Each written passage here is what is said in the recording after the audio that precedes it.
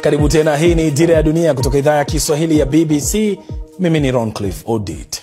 Sasa wakati nchi nyingi za Afrika zikiwa bado zinategemea kuagiza teknolojia za kisasa kutoka nje, Tanzania imeanzisha maabara yake ya kisasa inayoitwa 3D Mechanical Lab.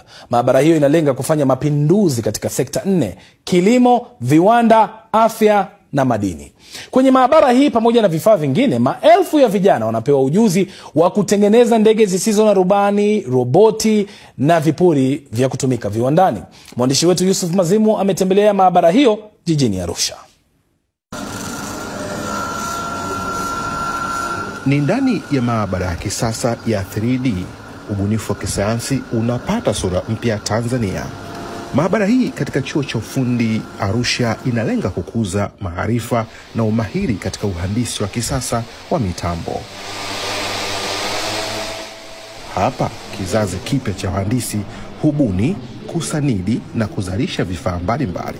Maabara hii ambayo ni ya kipekee kwa Tanzania inaweza ikakupa products nzuri sana. Mfano robot ambaye anaweza akatumika kwenye viwanda, robot ambaye anaweza akatumika hospitalini, lakini pia kupitia maabara hii tunaweza tukatengeneza ndege ambayo haina rubani, lakini vile vile unaweza ukapata vipuri vya magari, vipuri vya pikipiki na bidhaa nyingine nyingi sana. Mazao mengi yamekuwa yakifanya umwagiliaji kwa njia ya kawaida au tunaita tradition, lakini siku hizi tumeona unaweza kutumia drone kumwagilia au kupiga dawa, ambao hii inaongeza ufanisi na size ya mashamba na maeneo mbalimbali ambao baadhi ya teknolojia hii imeshakuwa taken care, na maabara hii imekuwa ni kichocheo kikubwa kwenye area hiyo. Maabara hii ya 3D ni huru kwa wanafunzi wa uhandisi na hata wahandisi waliohitimu.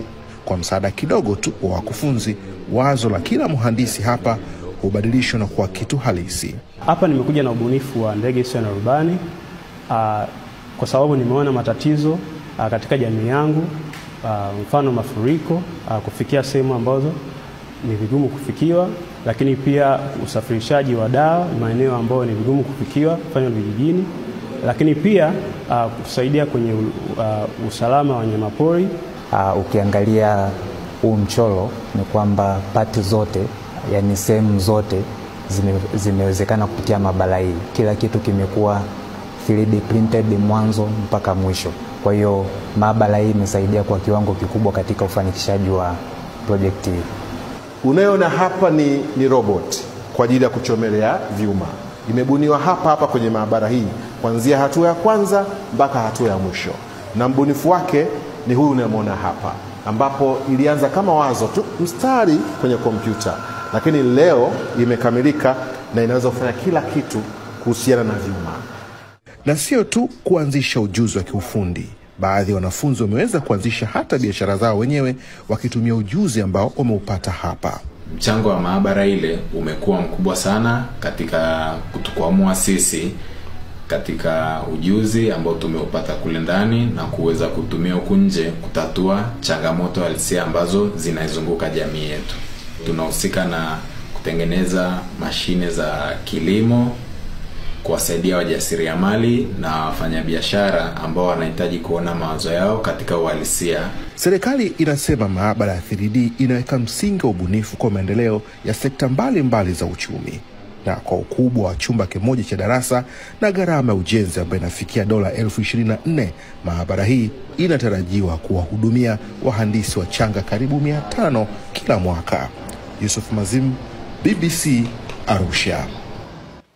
Sasa tupie macho ukurasa wetu wa interneti ambapo kuna taarifa mbalimbali, ikiwa ni pamoja na makala za michezo, picha pamoja na video, ikiwemo taarifa hii kuu ya uchaguzi Tanzania 2025, uchaguzi wa wanawake. Manake wagombea wanawake wanaonekana wakiwa wengi. Naam, kwa habari hizo hatuna cha ziada. Kwa niaba ya wale wote waliofanikisha matangazo haya niseme shukrani sana. Mimi naitwa Roncliffe Odit na kutakia usiku usiokuwa na usumbufu.